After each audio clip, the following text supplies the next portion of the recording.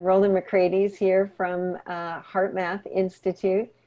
Rollin, I just so appreciate your partnership with us with the Global Coherence Pulse and everything that Heart Math Institute and Global Coherence Initiative have done over the years to even make this moment possible where heart coherence is the star of the show. So thank you, Rollin. I love you so much. Thank you for being here. Well, my pleasure. And really appreciate all the partners in the Global Coherence Pulse because it's really what it's all about and is pulsing our own cells and the earth and the fields of the earth with love and unconditional love. So I'm just going to do a brief kind of overview of some of the science of global coherence and really what the research has been unfolding over the last 30 years or so. And hopefully cover why this is important. So I think it's good to start with coherence. What is coherence anyway?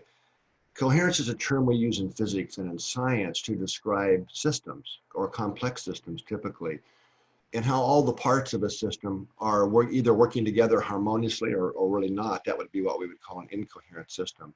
But for a large system or complex system to really work, all the parts have to be talking to each other. There has to be communication and connectedness. And we can apply that to the entire universe. That's a coherent wholeness. Coherent system is also stable, and it's one that uses energy very efficiently. One of the aspects of a coherent system is that what emerges from that system is greater than the sum of the parts. And in the context of what we're doing today all together, is that when our hearts come together in coherence, not only is our own physiology coherent, but that coherence among us allows a synchronization and an amplification so that we put a stronger signal into the planetary field environment that helps lift others. So before I get into too much of the science, what I would really invite all of us to do is to, as we pulse through the meditations today, but as we try and bring more radiating love into the field every day, throughout our days, as often as we can remember to do it. I would encourage you to set reminders on your watch or post-it notes or whatever. Just radiate love because it really counts. What we're now seeing from the scientific community is that the field matters, and what we put into the field then unfolds into the physical, into the reality. So this is a new science. It's old science, but also new science that we're really starting to be able to see and measure these. So when we talk about coherence here at HeartMath, the HeartMath Institute, we're really talking about three primary large domains. Personal, us, how coherent are we in our own physiology and our own thoughts and emotions, and our ability to really align with the heart's intelligence. Then social, how coherent and harmoniously aligned are the different individuals within a family, a group, a community, a country. And then of course, global, which we'll be talking mostly about today. The way I'd like to define personal coherence at a kind of a higher level is that it's an optimal state in which the mind and emotions are brought into alignment and in sync with the energetic heart's intuitive guidance. And there's a lot of science around that I don't have time to go into today. And I'd invite anybody who wants to get deeper into the science to come to the heartmath.org website, and under the research library, there's hundreds of papers now published around coherence and the benefits of it. But when we're able to shift into and practice being in a coherent state, and I'll show you exactly what I mean by that shortly, that creates a lot of benefits in our body. Hormonal changes, nervous system changes, that really is this optimal state that we can learn to shift into and live in more ratios of the time. So just kind of a little background here. A lot of people don't understand, even in medicine, even though it's been known since the late 1800s, that the heart sends far more information, neural information, magnetic information to the brain than the other way around. And that the quality of these signals that the heart sends upstairs profoundly affects perception. Our emotional experience are all profoundly affected by the activity of the heart. And this was a big mystery for a long time. How could the heart be doing this? And studies even showed that the heart somehow knows before even the brain in many situations and prepares the brain to optimize it. I mean, data is going back even into the 60s and 70s showing this. What they didn't know back then that we now know through the field of neurocardiology is that the heart literally has its own complex nervous system, its own brain, technically called the intrinsic cardiac nervous system. That's a whole presentation and a talk to go into, but just wanted to give that background for today. One of the ways we can measure and understand the activity in our nervous system, how this the quality of this communication between the heart and the brain, is looking at what's called heart rate variability. And heart rate variability is simply the time between each pair of heartbeats is always changing. And it's that beat to beat change that gives rise to the heart's rhythm. So if there were no beat to beat change, there would be no heart rhythm. So these graphs you're seeing now are the rhythmic activity of the heart of the same person in two different states, an incoherent state. And this is what emerges in our nervous system activity, reflected in these heart rhythm patterns when we're feeling things like impatience and frustration or anxiety and fear or worry and so on. And this is literally reflecting that the activity within the brain and the nervous system, the communication between the heart and the brain, is out of sync. It's not very coherent. It's very energy inefficient. We're using a lot of extra energy. Now, this same person on the right side that you see here is in a coherent state. And this is naturally emerges when we're actually really having heartfelt feelings of appreciation, compassion, love, unconditional love. This is what naturally emerges. Now, once we understood the deep physiology of this and how we're actually wired, that allowed us to develop many what we call the heart math techniques that allow us to shift from incoherence to coherence anytime, anywhere. So it's really more about in the moment as we go through our day, navigating the different challenges and frustrations that we might have. And it's not about always necessarily walking around coherent, but how do we start shifting the ratios? How do we start adding love more often into the field? Now, one of the ways that we're able to do that is through technology.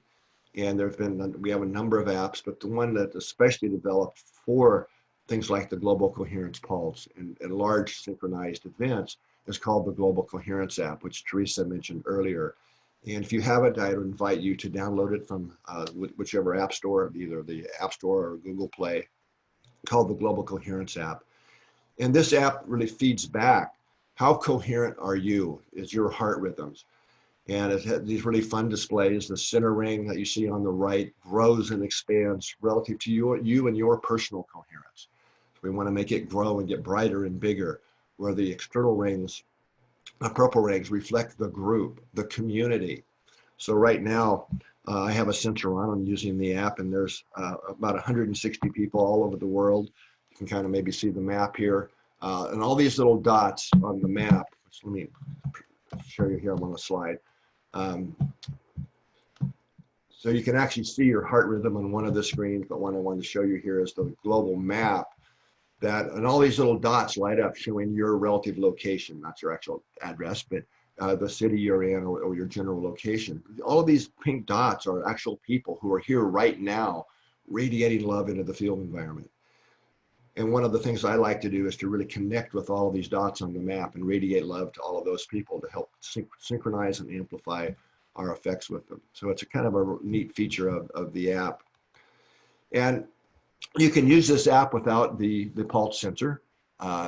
You'll show up on the map, and it has guides and meditation guides, and it lets us count you, know where you are, be part of the community.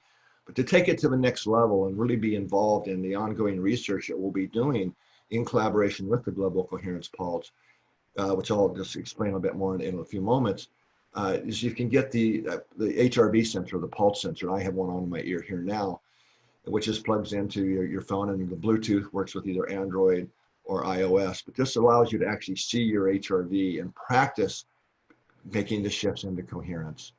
And it's a great tool for helping meditation. We hear so much feedback about how when we get coherent first, that it really amplifies and it deepens our meditation experience. So getting coherent is really getting our systems in sync. But that's not only has a lot of personal benefits, it actually also affects others around us.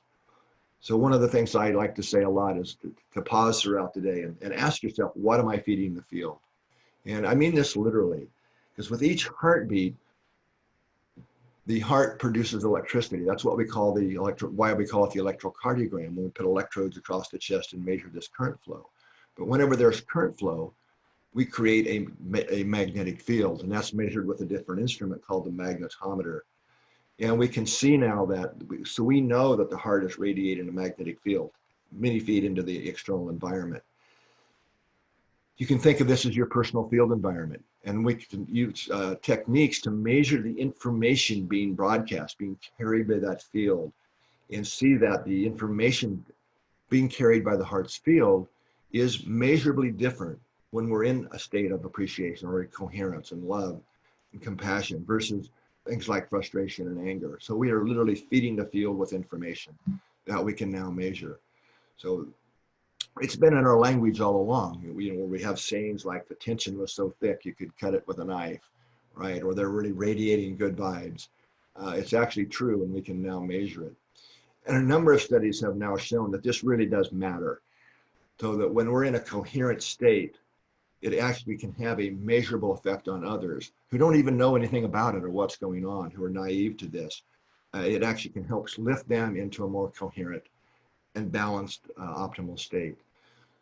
So a number of studies are now showing this. Again, I'm going through this kind of quickly because we don't have a lot of time. But the Global Coherence Initiative is really a science-based co-cooperative project. And this is really about uniting us, people, in heart-focused love and intention to facilitate the shift in global consciousness. And of course, we want to shift it to more stability, compassionate care, and really increasing peace is really what this is all about. And I can't say it enough. What we radiate into the field really does matter. It has, as I'll show you in a few minutes, measurable effects in the real world. So one of the mechanisms, a lot of people say, well, the heart's broadcasting, radiating magnetic fields that we can measure, but it's only a few feet. How can that have a global impact? Well, here's how. So the Earth is constantly bathed in electromagnetic fields. We know this.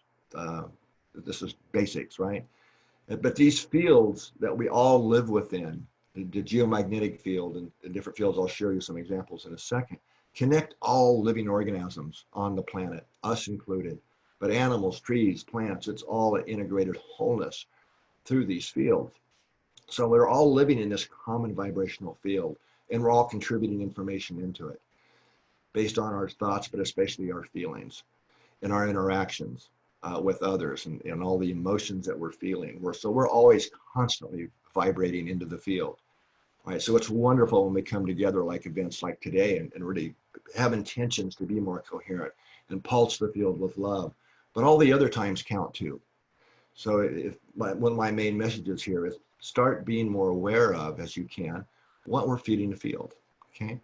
So when we bring large numbers of people together like we are today, when we're intentionally in heart-centered states of love and compassion, we amplify and create a more coherent pulse and signal into the field. And that really does have a measurable way of impacting and lifting others into a more coherent and balanced state. And if we do that often enough and consciousness enough, that can really help shift the current planetary stress waves into more coherent and loving fields. Now, one of the fathers of the field that we're really talking about is a Russian astrophysicist, Alexander Chasovsky. I won't go into his whole story and history here, but he did a study back in the 1920s where he looked at, I'm going to show you his original data here. So the blue line on top is the number of major human events that occurred each year, starting in 1749, that's the blue line on top, and then it wraps around on the bottom graph up to 1926 when he first published this.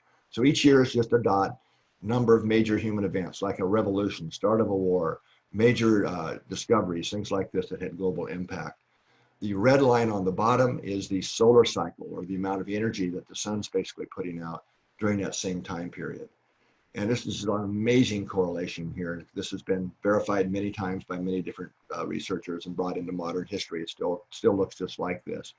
So what this is showing us is that the energy from the sun, the magnetics from the sun, which the Earth and all of its magnetic fields are within that field. So we're fields within fields have effects on human behavior and on our consciousness. One of the things that later was shown is that during these solar cycles or increased energy influx into the planetary system are the greatest periods of human flourishing. right? So this is when there's more developments in cooperation in science, flourishing in the arts and in music, these types of things. So we're able to use this energy either positively or negatively, depending on our level of consciousness, how self-regulated we are, how aligned we are. Now, to do science, we have to measure things. So we've been over many years now installing what we call the Global Coherence Monitoring System. And these are ultra-sensitive magnetometers placed around the Earth that measure the resonant frequencies, specifically designed to measure the resonant frequencies, I should say, in the Earth's magnetic fields. This is what the site looks like here in Boulder Creek, where I'm located in California. These are magnetometers are underground. This is one of our third sites up in Canada. There's Claudia, who will be speaking next after me, helping install a site up in Canada, one of our great supporters. So when we talk about the energetics or the magnetics of the Earth, one of the primary fields of importance is literally the geomagnetic field, which is the white lines on this slide are kind of representing those field lines, what are called field lines, and the North and South Pole, the field our compasses tune into. Now, the key thing here is that these magnetic field lines, when the solar wind rushes by, they can literally vibrate just like guitar strings. So they're very long, so they have a lower frequency. And one of some new data that's really neat, I think, here is shown from these relatively new satellites from NASA, of these 5 satellites that are specifically designed to measure the Earth's magnetic field. So the little white dot you see here is the Earth. Now, this is not an artist picture. This is actual real data where we can actually see the ringing and the complexity of the magnetic field of the Earth, the field that we all live within. So this field is vibrating, it's ringing and vibrating and resonating. And when we measure these fields here on Earth, we see that this lower frequency region, one is called 0.1 hertz. This is one of the primary resonant frequencies of the field lines resonating of the Earth. And all of these frequency ranges overlap with the same rhythms in our biology of our autonomic nervous system, the heart rhythms in our nervous system. But 0.1 hertz is especially relevant because that is the same rhythm and frequency of the human heart rhythm and many animals as well when we're in a heart coherent state. So this is what heart coherence again looks like. It's a frequency of 0.1 hertz. So basically our hearts are resonating at the same rhythm and frequency of the field line resonances of the Earth, but when we're in a coherent state. Now a second set of magnetic waves, a very different mechanism, are called Schumann resonances. And I know there's a lot of confusion around Schumann resonances these days. There's 8 of them, not just one. The first is 7.83 hertz, and then they go all the way up to really just under 60 hertz. And these all overlap with human brain waves. Okay, so the Schumann resonances, which are magnetic waves traveling around the surface of the Earth, between the Earth and the bottom of the ionosphere, resonate with our brain waves. But they're very low in magnitude or amplitude compared to the field line resonances. They're many orders of magnitude smaller, which is interesting in the same way it works in our body. If we measure the heart's field, we can measure it, say, many feet. You can measure a brainwave about an inch. And it's about the same ratio at the Earth scale. So the field lines are resonating at really high magnetic strengths where the Schumann resonances are very low. And the Schumann resonances are the same frequency today that they were when they were first measured in 1959 and 1960.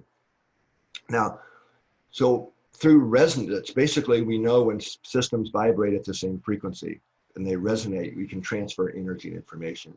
So what I've just shared with you is that our biology, our physiology, our hearts and brains are literally vibrating at the same primary frequencies as Earth, 2 primary frequencies. So we have the basic physics to understand how we can be transferring energy and information between our fields and the fields, the larger fields of the Earth. So basically what I'm suggesting here is that our hearts and brains, especially hearts, are coupling to the fields of the Earth, and which is why it's a globally distributed field.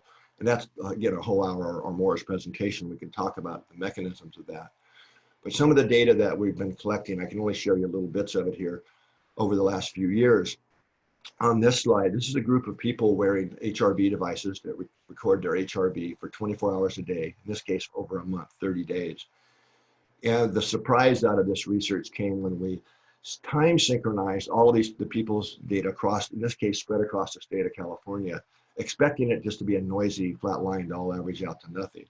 However, that's not what we found.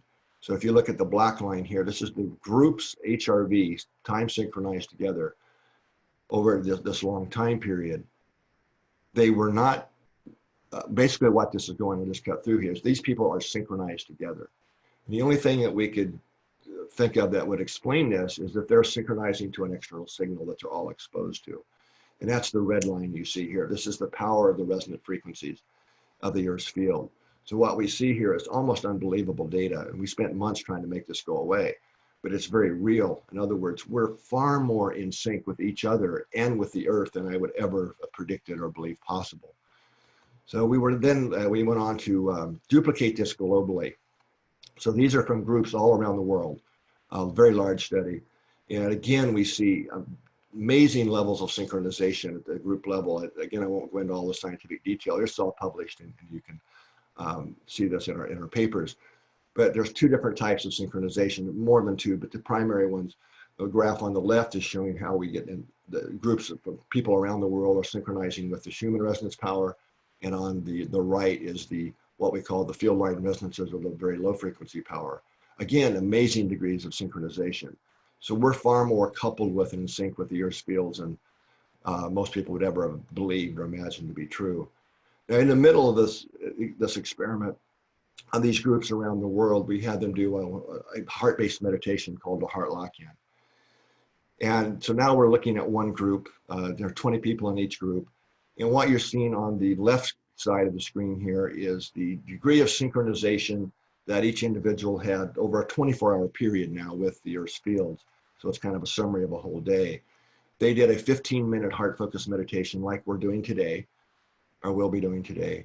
And what we found is, and this was true of all the groups around the world, even though I'm just showing you one group here, is the group, what we see on the right is the synchronization with the Earth's field, and they were also more in sync with each other as well. So this, in other words, 15 minutes of being in a coherent state, and coherence matters here, had a carryover effect of a whole 24-hour period. So when we get ourselves more coherent and in sync, the heart and brain in sync, our fields are more coherent and it synchronized us more with the Earth itself.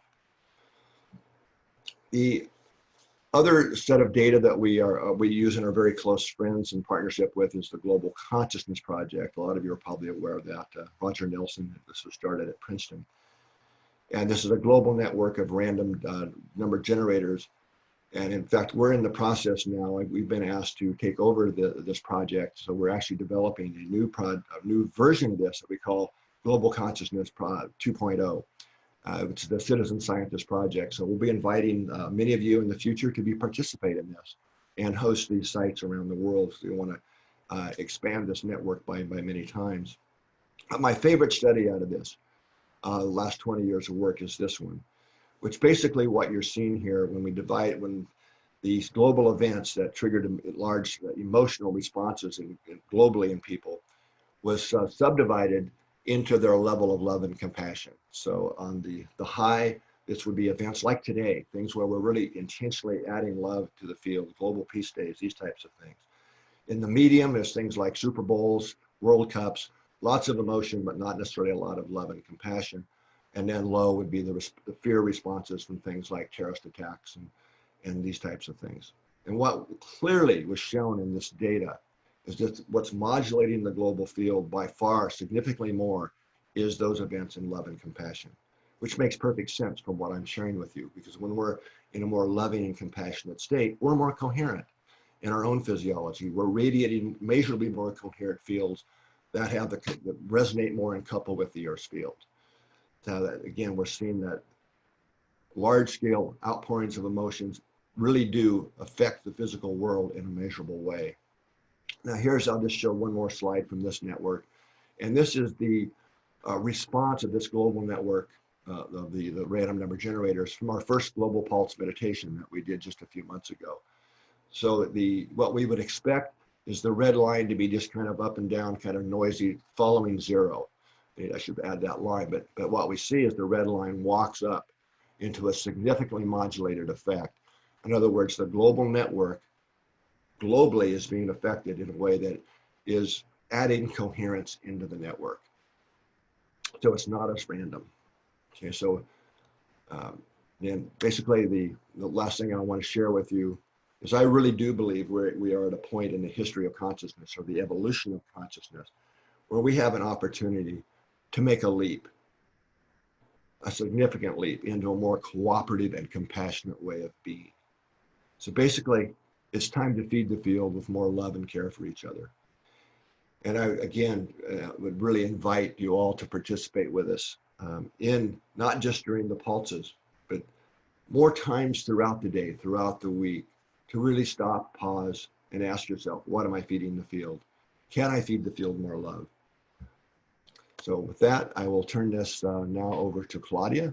And thank you so much for your attention and for being part of the Global Coherence Pulse. And I hope you Yeah. join us for all the pulses to come. Thank you so much. Thank you so much, Roland.